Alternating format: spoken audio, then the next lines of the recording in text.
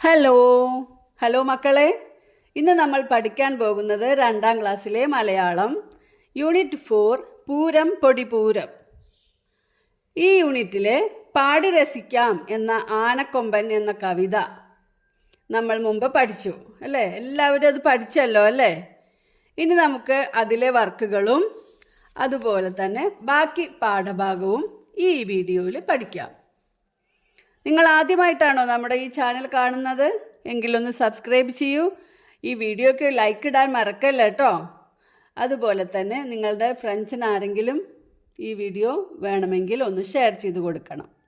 Okay, അപ്പോൾ നമുക്ക് പാഠത്തിലേക്ക് പോകാം. ആനക്കൊമ്പൻ എന്ന കവിത ഒന്നുകൂടി ചൊല്ലിയാലോ? അമ്പലഗോപുര നടയിലൊരാനക്കൊമ്പനെ ഞാൻ കണ്ടേ, മുമ്പു മുതൽക്കേ ആനയിലിത്തിരി കമ്പമെനിക്കുണ്ടേ, മുമ്പിൽ തുമ്പു തുളഞ്ഞു വളഞ്ഞൊരു തുമ്പിക്കരമുണ്ടേ, കണ്ട മരത്തിൻ ചില്ലകൾ ചിന്താൻ വേണ്ട കരുത്തുണ്ടേ, കാറ്റത്തിളകും ചേമ്പില മാതിരി കാതുകൾ രണ്ടുണ്ടേ, കാലുകളല്ല കനത്ത കരിങ്കൽ തൂണുകൾ 4 കൂടുതലുണ്ടു കുറുമ്പ കൊമ്പന് കൂച്ചുവിലങ്ങുണ്ടേ, കൂട്ടിനു നിൽപ്പുണ്ടരികിൽ പാപ്പാൻ കുറുവടിയും കൊണ്ടേ, ആളുകളേറിയ കൗതുകമോടെ കണ്ണെറിയുന്നുണ്ടേ, ആനക്കൊമ്പനെയാകപ്പാടെ കാണാനഴകുണ്ടേ. എനിക്ക് ദേശം ആണ് ഈ ആനക്കൊമ്പൻ എന്ന കുട്ടി കവിത എഴുതിയിട്ടുള്ളത്. ഇനി എഴുതാം. കവിതയിലെ ആനയെക്കുറിച്ച് എഴുതാം. അമ്പലഗോപുര നടയിൽ ഒരാന. ആനയ്ക്ക് വലിയ ഒരു തുമ്പിക്കൈ ഉണ്ട്. ചേമ്പില പോലുള്ള 2 വലിയ ചെവികളുണ്ട്. കരിങ്കൽ തൂണുപോലെയുള്ള 4 കാലുകൾ ഉണ്ട്. ആനയ്ക്ക് നല്ല കുറുമ്പുണ്ട്. കൂച്ചുവിലങ്ങും ഉണ്ട്. ആനയ്ക്ക് നല്ല അഴകുണ്ട്. ഇനി നമുക്ക് പാഠഭാഗത്തേക്ക് പോകാം. വായിക്കാം. ഉത്സവത്തിന് ആനയില്ല എന്നാണ് കേട്ടത്. ആനയില്ലാത്ത ഉത്സവമോ? അത് ഉത്സവമാകില്ല. ഹരി പറഞ്ഞത് കേട്ടപ്പോൾ രാഖിയുടെ മറുപടി ഇതായിരുന്നു. ആരാണ് ഉത്സവത്തിന് ആനയില്ല എന്ന് പറഞ്ഞത്? ഹരിയാണ്. ഹരി പറഞ്ഞത് കേട്ടപ്പോൾ രാഖി പറയാണ്, ആനയില്ലാത്ത ഉത്സവോ? അത് ഉത്സവമാകില്ല എന്ന്. അതെന്താ രാഖി, ആനയില്ലാതെയും ഉത്സവം നടത്തിക്കൂടെ? നടത്താം, പക്ഷേ ഉത്സവം കേമമാവണമെങ്കിൽ ആന വേണം. പളപളാ തിളങ്ങുന്ന നെറ്റിപ്പട്ടവും കെട്ടി, നിറയെ തൊങ്ങല് തൂക്കിയ മുത്തുക്കുടയും ചൂടി, ചെവിയും വാലും താളത്തിൽ ആട്ടി ആട്ടി നിൽക്കുന്ന കൊമ്പനെ കാണുന്നത് തന്നെ നല്ല ചേലാണ്. രാഖി മറുപടി പറഞ്ഞത് കേട്ടില്ലേ? അതെ അതെ, നല്ല ചേലാണ്. പക്ഷേ ചുട്ടുപഴുത്ത റോഡിലൂടെ നടന്ന് പാവത്തിൻ്റെ കാലില് തോല് പോയിട്ടുണ്ടാവും രാഖി. ഹരി പറയാണ്, കാണാൻ നല്ല ഭംഗിയൊക്കെ ഉണ്ട്, പക്ഷേ ഈ ചുട്ടുപഴുത്ത റോഡിൽ കൂടെ നടന്നിട്ട് ആനയുടെ കാലിലെ തോലൊക്കെ പോയിട്ടുണ്ടാവുമെന്ന്. അത് ശരിയാണ്. എന്നാലും ഉത്സവം കൊഴുപ്പിക്കാൻ ആന വേണ്ടേ? ഇതൊക്കെ ആളുകൾക്ക് അറിയാം. എന്നാലും ആനയില്ലാത്ത ഉത്സവം ആളുകൾക്ക് സങ്കല്പിക്കാൻ പോലും കഴിയില്ല. ഹരിയും രാഖിയും കാത്തിരുന്ന ഉത്സവ ദിവസം എത്തി. എന്തൊരാൾ തിരക്കാണ് ഉത്സവപ്പറമ്പിൽ. പൂഴി വാരിയിട്ടാൽ താഴെ വീഴില്ല. എന്താണ് അതിൻ്റെ അർത്ഥം? പൂഴി എന്ന് പറഞ്ഞാൽ മണ്ണിൻ്റെ ചെറിയ പൊടിയാണ് പൂഴി. ഈ പൂഴി വാരി മേലേക്കങ്ങോട്ട് ഇട്ടാൽ അത് താഴേക്ക് വീഴില്ല, ആളുകളുടെ തലയിലേ വീഴൂ. അതിൻ്റെ അർത്ഥം എന്താണ്? അത്രയും തിരക്കാണ് എന്നാണ്. വാദ്യക്കാരും മേളക്കാരും കൊട്ടിത്തിമിർക്കുകയാണ്. നിരനിരയായി പലതരം കച്ചവടങ്ങൾ. ഉത്സവപ്പറമ്പിലുള്ള കാര്യങ്ങളാണ് കേട്ടോ. ഹരിയും രാഖിയും കാഴ്ചകൾ കണ്ട് ഉത്സവപ്പറമ്പിലൂടെ നടന്നു. ഹരി, നീയല്ലേ പറഞ്ഞത് ഇത്തവണ ആനയുണ്ടാവില്ല എന്ന്? അങ്ങോട്ട് നോക്ക്, കണ്ടില്ലേ കൊമ്പൻ നിൽക്കുന്നത്? രാഖി ചൂണ്ടിക്കാണിച്ച ഭാഗത്തേക്ക് ഹരി നോക്കി. ശരിയാണല്ലോ, വമ്പനൊരു കൊമ്പൻ. വമ്പൻ എന്ന് പറഞ്ഞാൽ വലുത്ത്. വമ്പനൊരു കൊമ്പൻ, നല്ല വലിയൊരു കൊമ്പനാന. അവർ കൊമ്പൻ്റെ അടുത്തേക്ക് ഓടി. അടുത്തെത്തിയപ്പോൾ മനസ്സിലായി, ഒരു വണ്ടിയിലാണ് കൊമ്പൻ ആനയുടെ നിൽപ്പ്. എന്തിലാ നിൽക്കുന്നത് ആന? ഒരു വണ്ടിയിൽ നിൽക്കുക. ചെവി ആട്ടുന്നുണ്ട്. കൂടുതൽ സൂക്ഷിച്ച് നോക്കിയപ്പോഴല്ലേ കാര്യം പിടികിട്ടിയത്. കൊമ്പനാനയല്ല, കൊമ്പനാനയുടെ രൂപം. ചെവി കാട്ടാൻ വയ്ക്കുമെങ്കിലും ഇത് ശരിക്കുള്ള ആനയല്ല. നെറ്റിപ്പട്ടവും മുത്തുക്കുടയും എല്ലാം ഉണ്ട്. വണ്ടി ഉരുളുമ്പോൾ കൊമ്പനും മുന്നോട്ട് നീങ്ങും. എന്തായാലും നല്ല ചേലായിട്ടുണ്ട്. വണ്ടിച്ചക്രം പിടിപ്പിച്ച കൊമ്പനെ അവർക്ക് നല്ല ഇഷ്ടമായി. ചക്രമുള്ള വണ്ടിയിൽ ഒരു ആനയുടെ രൂപമാണുള്ളൂ, ആന ഇല്ല. ഈ കൊമ്പനാന എത്ര നേരം റോഡിൽ നിന്നാലും കാല് പൊള്ളില്ല. ഹരി പറഞ്ഞത് കേട്ട് രാഖി ചിരിച്ചു. ഉത്സവപ്പറമ്പിലെ വേദിയിൽ ഉടൻ തന്നെ ഓട്ടംതുള്ളൽ ആരംഭിക്കുന്നതാണ്. മൈക്കിലൂടെ അറിയിപ്പ് കേട്ട് അവർ അങ്ങോട്ട് നീക്കി. ഉത്സവപ്പറമ്പിൽ ഓട്ടൻതുള്ളലുണ്ട്. മുഖത്ത് ചായം തേച്ച തുള്ളൽക്കാരനെ കാണാൻ നല്ല ചന്തം. തുള്ളൽക്കാരൻ്റെ നേരം പോക്കുകൾ കേട്ട് ആളുകൾ പൊട്ടിച്ചിരിക്കുന്നു. നിങ്ങൾ ഓട്ടംതുള്ളൽ കണ്ടിട്ടുണ്ടോ? ഈ ഓട്ടംതുള്ളൽ എങ്ങനെയാ വെച്ചാൽ, മുഖത്ത് ചായൊക്കെ തേച്ച് പ്രത്യേക വസ്ത്രമൊക്കെ ധരിച്ച് പാട്ടുപാടി ചെറിയ കളികളൊക്കെ കളിച്ച് അങ്ങനെ പറയുന്നതാണ് ഓട്ടംതുള്ളൽ. അതിന് പ്രത്യേകമായ പാട്ടുണ്ട്. പക്ഷെ അതിൻ്റെ ഇടയിലൂടെ നമ്മുടെ ഈ വേദിയിലിരിക്കുന്ന ആളുകളെയൊക്കെ ചേർത്തുകൊണ്ട് തമാശ ഉണ്ടാക്കാനും ഈ തുള്ളൽക്കാരൻ ശ്രമിക്കും. അത് കേട്ടിട്ട് ആളുകൾ ഭയങ്കര ചിരിയാണ് എന്ന്. അത് കഴിഞ്ഞു. ഇനി അവർ എവിടെയാണ് പോയത്? അവർ ബലൂൺ കച്ചവടക്കാരൻ്റെ അടുത്തെത്തി. പലതരം ബലൂണുകൾ, നിറമുള്ളത്, വലുത്, ചെറുത്, നീണ്ടത്. ഒരു പമ്പ് കൊണ്ടാണ് ബലൂണിൽ കാറ്റ് നിറയ്ക്കുന്നത്. അത് നിങ്ങളൊക്കെ കണ്ടിട്ടുണ്ടാവും അല്ലേ? ഇപ്പം നമ്മുടെ വീടുകളിൽ, ചിലവരുടെ വീടുകളിലൊക്കെ ഉണ്ട് ആ കുഞ്ഞി പമ്പ്. കാറ്റ് നിറച്ച ബലൂൺ കൈവിരൽ കൊണ്ട് ഒന്ന് തിരിക്കുകയും മറിക്കുകയും ചെയ്യുമ്പോഴേക്കും അതിൻ്റെ രൂപം മാറുന്നു. ആനയും കുരങ്ങനും പൂച്ചയും ആപ്പിളും പന്തും അങ്ങനെ അങ്ങനെ പല രൂപത്തിലും പല തരത്തിലും പല നിറത്തിലും ബലൂണുകൾ. നോക്കൂ, ഈ ബലൂൺ കച്ചവടക്കാരൻ്റെ കയ്യിലുള്ള ബലൂണുകൾ നോക്കൂ. പൂച്ചയും കുരങ്ങനും ആനയും എല്ലാം ഉണ്ട് അല്ലേ? മത്തനുണ്ട്, ഒരു ലവിൻ്റെ ഒരു ബലൂണുണ്ട്, കുമ്പളങ്ങ പോലത്തെ ഉണ്ട്, പടവലങ്ങ പോലത്തെ ഉണ്ട് അല്ലേ? അങ്ങനെ പലതരത്തിലും പല നിറത്തിലുള്ള ബലൂണുകൾ. അവർ ബലൂണുകളും വാങ്ങി വീട്ടിലേക്ക് മടങ്ങി. ഇതൊക്കെ പകലാണുണ്ടായത്. ഇനി രാത്രിയിലെ ഉത്സവം കാണാൻ ഹരിയും രാഖിയും അച്ഛനും അമ്മയും എല്ലാവരും കൂടിയാണ് പോയത്. തൊട്ടടുത്ത വീട്ടിലെ രഹനയും ഉമ്മയും ഒപ്പമുണ്ട്. രഹനയുടെ ഉപ്പ എല്ലാ വർഷവും ഉത്സവത്തിന് വരാറുള്ളതാണ്. ഇക്കൊല്ലം ലീവ് കിട്ടിയില്ലത്രേ. ഉത്സവപ്പറമ്പിലെത്തിയപ്പോഴാണ് മേഘ്നയെയും ഡെയ്സിയെയും കണ്ടത്. നിറയെ കളർ ബൾബുകൾ, നക്ഷത്രങ്ങൾ താഴേക്ക് ഇറങ്ങി വന്ന പോലെ. നോക്കൂ, ഈ ചിത്രത്തിൽ കാണുന്നില്ലേ? പകൽ കണ്ടതിനേക്കാൾ ചന്തമായിട്ടുണ്ട് ഉത്സവപ്പറമ്പ് അല്ലേ ഹരി? കാഴ്ചകൾ കണ്ട് രാഖി കണ്ണുമിഴിച്ചു. ഇത്രയുമാണ് നമ്മുടെ ഈ പാഠഭാഗത്ത്. ഇനി നമുക്ക് തുള്ളൽക്കാരനെ ഒന്ന് കണ്ടാലോ? മലയാളം വർക്ക് ബുക്കിലെ പ്രവർത്തനങ്ങളാണ് ഇനി പറയാൻ പോകുന്നത്. പൂരം പൊടിപൂരം.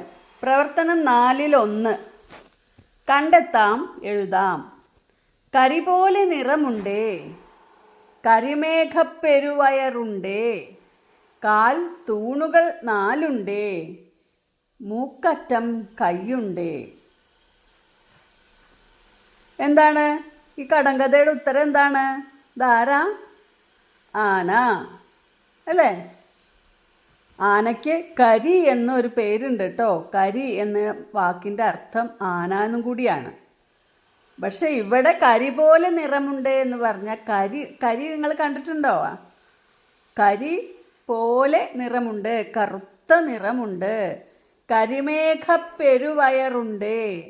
പെരുവയറാണ്, വലിയ വയറാണ്. കാൽ തൂണുകൾ 4 കാലുകൾ തൂണുകൾ പോലെയാണ്, അത് 4 ഉണ്ടേ. മൂക്കറ്റം കൈയുണ്ട്. അതായത് ഏതാണ്? മൂക്ക് അറ്റം വരെ കൈയുണ്ട് എന്ന് പറഞ്ഞാൽ തുമ്പിക്കൈയും ഉണ്ട്. ഓക്കെ, അപ്പോൾ ഇതിൻ്റെ ഉത്തരം ആന. ഇനി ആനയെ വരയ്ക്കാം, നിറം നൽകാം. നമുക്ക് ഇനി ഇതുപോലെ ഒരു ആനയെ വരച്ച് നിങ്ങളതിന് നിറം കൊടുക്കുക. ഇപ്പോൾ 2 പ്രവർത്തനങ്ങൾ കഴിഞ്ഞു. ഇനി പ്രവർത്തനം 4ൽ 3 എഴുതാം. നമ്മുടെ നാട്ടിലെ ഉത്സവങ്ങളും ആഘോഷങ്ങളും ഏതൊക്കെയാണെന്ന് എഴുതാം. എൻ്റെ നാട്ടിലെ ഉത്സവങ്ങളും ആഘോഷങ്ങളും: തൈപ്പൂയം, ശിവരാത്രി, നബിദിന ആഘോഷം, ക്രിസ്മസ്, പെരുന്നാൾ ആഘോഷം, ഓണാഘോഷം, ന്യൂ ഇയർ ആഘോഷം. ഇതുപോലെ നമ്മുടെ നാട്ടിൽ ഇനിയും ആഘോഷങ്ങളുണ്ടെങ്കിൽ എഴുതിക്കോളൂ കേട്ടോ. എൻ്റെ ഇഷ്ട ഉത്സവം ഏതാണ്? എൻ്റെ ഇഷ്ട ഉത്സവം ഓണം. ഓണം കേരളീയരുടെ ദേശീയ ഉത്സവമാണ്. ദേശീയ ഉത്സവം എന്ന് പറഞ്ഞാൽ എല്ലാവരുടെയും, കേരളത്തിലുള്ള എല്ലാവരുടെയും ഉത്സവമാണ് ഓണം. കൂട്ടുകാരോടൊപ്പം പൂക്കൾ പറിക്കാൻ പോകാൻ എന്ത് രസമാണ്. വീട്ടിൽ എല്ലാവരും ചേർന്ന് പൂക്കളം ഇടാം, ഊഞ്ഞാലാടി രസിക്കാം. പലതരം കറികൾ കൂട്ടി ഓണസദ്യയും എനിക്ക് ഇഷ്ടമാണ്. പലതരം കറികൾ കൂട്ടിയുള്ള ഓണസദ്യയും എനിക്ക് ഇഷ്ടമാണ്. സ്കൂളിൽ പല മത്സരങ്ങളും ഉണ്ട്. എല്ലാവരും സന്തോഷിക്കുന്ന ഓണം എനിക്ക് ഏറെ ഇഷ്ടമാണ്. അടുത്ത പ്രവർത്തനം ടെക്സ്റ്റ് ബുക്കിലുള്ള പ്രവർത്തനങ്ങൾ തന്നെയാണ്. അത് പ്രവർത്തനം 4ൽ 4. വാക്യം ഏത് എഴുതാം. ചിത്രങ്ങൾക്ക് യോജിച്ച വാക്യങ്ങൾ കണ്ടെത്തി എഴുതാം. ചിത്രങ്ങൾക്ക് യോജിച്ച വാക്യങ്ങൾ ഇവിടെ തന്നിട്ടുണ്ട്, അതിൽ നിന്ന് നമ്മൾ കണ്ടെത്തി എഴുതാം. അപ്പോൾ ഒന്നാമത്തതിന് വാലാട്ടുന്ന ഒരു ചിത്രമാണ്, കണ്ടോ? അപ്പോൾ ചെവിയും വാലും താളത്തിൽ ആട്ടിയാട്ടി നിൽക്കുന്ന കൊമ്പൻ. ഈ വാചകമാണ് അവിടെ എഴുതേണ്ടത്. രണ്ടാമത്തേത് വാദ്യക്കാരും മേളക്കാരും കൊട്ടിത്തിമർക്കുകയാണ്. മൂന്നാമത്തേത് ഒരു വണ്ടിയിലാണ് കൊമ്പനാനയുടെ നിൽപ്പ്. അടുത്ത ചിത്രം എന്തിൻ്റെയാണ്? നിരനിരയായി പലതരം കച്ചവടക്കാർ. അവസാനത്തെ ചിത്രം പളപളാ തിളങ്ങുന്ന നെറ്റിപ്പട്ടം. ഇതിവിടെ തന്ന വാചകങ്ങളിൽ നിന്ന് നമ്മൾ എടുത്ത് എഴുതുക മാത്രം ചെയ്താൽ മതി. ഇനി പ്രവർത്തനം 4ൽ 5. ഉത്സവങ്ങളിലും ആഘോഷങ്ങളിലും നിരവധി കലാരൂപങ്ങൾ അവതരിപ്പിക്കാറില്ലേ? അവ കണ്ടെത്തി എഴുതാം.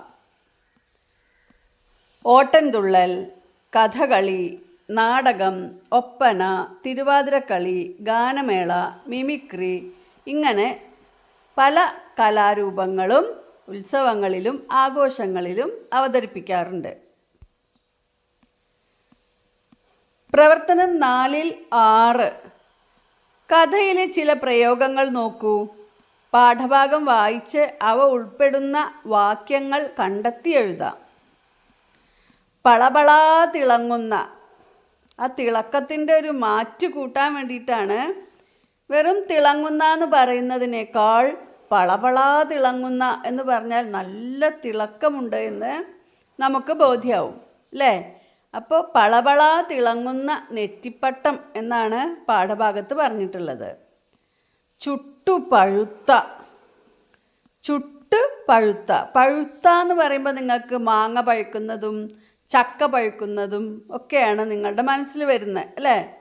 പക്ഷേ ചുട്ടുപഴുക്കുക എങ്ങനെയാണ്? ചൂട് അത്രയും ഉണ്ടാവുന്നത്. ഇപ്പം നമ്മുടെ ഇരുമ്പൊക്കെ തീയിൽ വെച്ച് വെച്ച് ചൂടാക്കി വന്നാൽ ഇരുമ്പിൻ്റെ ആ ചൂടാവുന്ന ഭാഗം ചുവന്ന് വരും, ചുട്ടുപഴുത്തു എന്ന് പറയാം. ഇപ്പം ഇവിടെ ചുട്ടുപഴുത്ത റോഡിലൂടെ നടന്ന് പാവത്തിൻ്റെ കാലിലെ തോല് പോയിട്ടുണ്ടാവും രാഖി. ഈ വാചകത്തിൽ നിന്ന് നമുക്ക് മനസ്സിലാവേണ്ടത് റോഡിൽ അത്ര ഭയങ്കരമായ ചൂടാണ് എന്നാണ്. അടുത്തത് കൊട്ടി തിമിർക്കുക. വെറുതെ ഇങ്ങനെ കൊട്ടുക എന്ന് പറഞ്ഞാലേക്കാളും ആ തിമിർക്കുക എന്നുള്ള വാക്കും കൂടി ചേരുമ്പോൾ ഭയങ്കര ആവേശം പൂണ്ട കൊട്ടാണ് എന്ന് മനസ്സിലാവണം. മനസ്സിലായില്ലേ? വാദ്യക്കാരും മേളക്കാരും കൊട്ടി തിമിർക്കുകയാണ്. കണ്ണുമിഴിച്ചു. കാഴ്ചകൾ കണ്ട് രാഖി കണ്ണുമിഴിച്ചു. കണ്ണ് മിഴിക്കുക പറഞ്ഞാൽ കണ്ണ് വെറുതെ അങ്ങനെ മിഴിക്കുക, തുറക്കുക എന്നല്ല. കണ്ണങ്ങോട്ട് കണ്ണ് തുറിക്കുക എന്നുള്ള അർത്ഥമാണ്. നല്ല അന്തം വിട്ട് നോക്കുകയാണ്. കാഴ്ചകൾ കണ്ട് രാഖി കണ്ണു മിഴിച്ചു. ഹരി തയ്യാറാക്കിയ ആശംസാ കാർഡ് നോക്കൂ. ആശംസാ കാർഡ് നിർമ്മാണമാണ് 4-ൽ 7-ാമത്തെ പ്രവർത്തനം. പ്രിയപ്പെട്ട രഹനയ്ക്ക് ഉത്സവം പൊടിപൂരമാവട്ടെ. സ്നേഹത്തോടെ ഹരി. രണ്ടാം തരം. രണ്ടാം തരം എന്ന് പറഞ്ഞാൽ എന്താ? തരം, 2ാം ക്ലാസ്. ഓക്കെ.